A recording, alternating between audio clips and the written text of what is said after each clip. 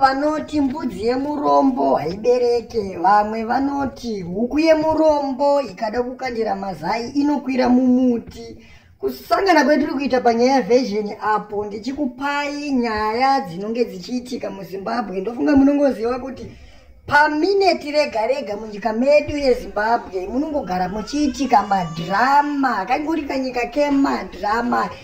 Drama after drama. Tukuona panapa the new bridge recently commissioned in Simgolo Lupani East Coast, approximately US 950,000, around 18 million rands.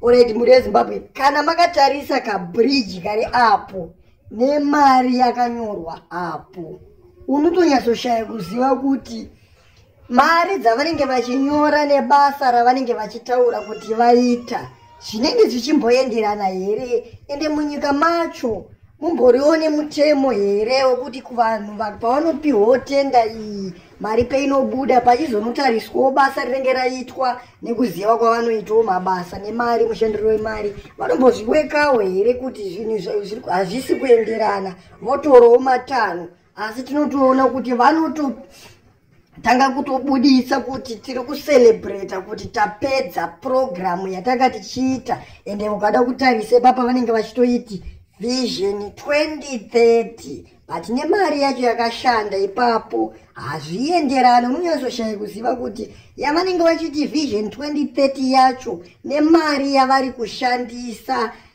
zviri kuenderana here. Hatinyatsonzwisisa zvinhu zvavanenge vachiita vakomana ava, nekuti tiri kunyanya kuvasekerera munyika munomu. Vari kungotora mari yedu sevana venyika vachishandisa zvavanoda. Vari kutongocreata zvinhu zvekuti kuzoona tasvika 2030 wacho nemaprojekti avo avari kuita. Ndofunga muri kungoziva kuti kana paprojekti yepamupudzi roundabout haisati yapera, ukada kutarisa kuti mari yakashanda ipapo neperiod yavashanda ipapo hazvisi kana kutomboenderana. Tichikombeya nezvinoitwa kune dzimwe nyika, kaprojekti kaike kepambudzi kaike kangori kaprojekti kadiki diki kekuti hakafane kutora nguva yavari kutora iye. Asi tinoona vakomana vacho vanotsika zvavo vachitenderera vachingoti tiri kuita basa hanzi vision 2030. ukada kungotaura uchiti aiwa zvinhu zviri apa hazvisiri zvononzi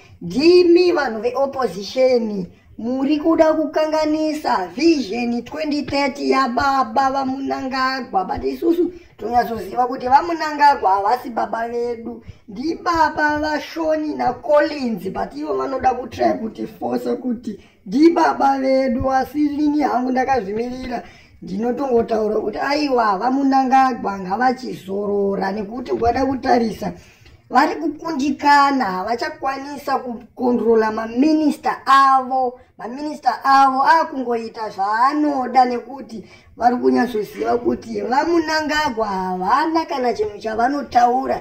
Ende vaMunangagwa vacho havatozivawo maminista avo kuti uyu ndiani uyu ndiani. Vanotonzi vanotokanganwa zvekuti dzimwe nguva hanzi vanotombobvunza kuti vangomo varipi, wotozoshaya kuziva kuti tine munhu here kana kuti hatina. Unotonyatsoshaya kuziva kuti takanangepi senyika. Vamwe ndo vanoti kwatiri kubva senyika ndo kwatiri kuenda. Asi isusu sevana veZimbabwe tinongoti Mwari ndiye anoziva. Asi tikutoona kuti vakomana vacho havatombodiwa zvekuudzwa kuti Mwari ndiye anoziva, nekuti vakavhurirwa mavhesi eBhaibheri vanodherera, vanojairira, vanototiitisa like zvavari kuita. Nekuti problem yevana veZimbabwe tinozviti takadzidza, but kudzidza kwatakaita takadzidza kujairirwa, kuchikidzirwa, ndokudzidza kwatakaita. Zvinhu chaizvo hatinyatsozvigona. Ukada kutarisa senyika dzakaita seSouth Africa hakujairirwe munhu sezvinoitwa muZimbabwe. Vana veZimbabwe takanyanyo kujairirwa. Hatinyasoziva kuti tinonyanyonamata here kana kuti chii chetinacho chaicho. Unozoshaya kuziva kuti mboma dziya nematiyegasi aya ndo zvinhu zvinoita kuti tigare takanyarara here, kungotyawo zvimboma nezvimatiyegasi.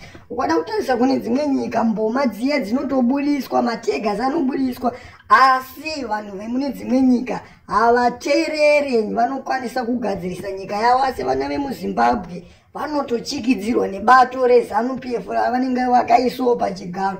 Ivo vaMunangagwa vacho ukada kuvatarisa kuti mupindiro wavakaita pachigaro havana munhu akavavhotera, vakangopinda zvechipawa vatombojamba bhodha, vatotiza zvekuti vakatomboita chijamba bhodha, vakatombopindawo nekumakarwe kunopindawo nevamwe vari kubudawo munyika vachinotsvaga chekudya kuti variritire mhuri yavo. Ivo vakatiza neupenyu hwavo vachienda nekumakarwe vakazodzokawo nedzimwe nzira. Asi munhu wacho vakavadzosa vanga vakutoda kumudzima kuti ngaazorore zvake aende kudenga. Asi tinongoziva kuti Mwari ndeve munhu wese variko zvavo. General Chiwenga, asi tinongoziva kuti vachiwenga vacho vari kutongonyimwawo zvavo chigaro. Izvo tirikunzwa imwe nyaya iri kubuda iri kunze, vachiwenga vakuda kuendeswa kuCongress kuti kana zvichikwanisa vakahwina kuCongress vanokwanisa kusirwa chigaro navaMunangagwa. Asi unonyatsoziva kuti aiwa ZANU-PF nezvigananda zvayo vachiwenga kuCongress vanenge vakatorohwa kaunda kudhara, havambofe vatochipiwa chimuti ichocho, vanongorohwa kuCongress. Ndo kunozotanga kungobuda nyaya dziya dze2030, ende unongoziva kuti 2030 yacho Munangagwa akaenda anenge achingoti tinorakasha, anongozviti maelection tinohwina nyangwe asati avhotwa. EkuZimbabwe munomaziva kuti anoanaunzwa asati atobuda kuti baba Munangagwa vahwina, ivo kusati kwavhotwa. Petinozonosaro kuvhota vanenge vakutoziva kudhara, vakutoselebreta kuti takahwina sarudzo zvine mutsindo. Unotonyatsoshaya kuziva kuti zviri kumbofamba sei senyika. Tosangana zvedu mucomment section.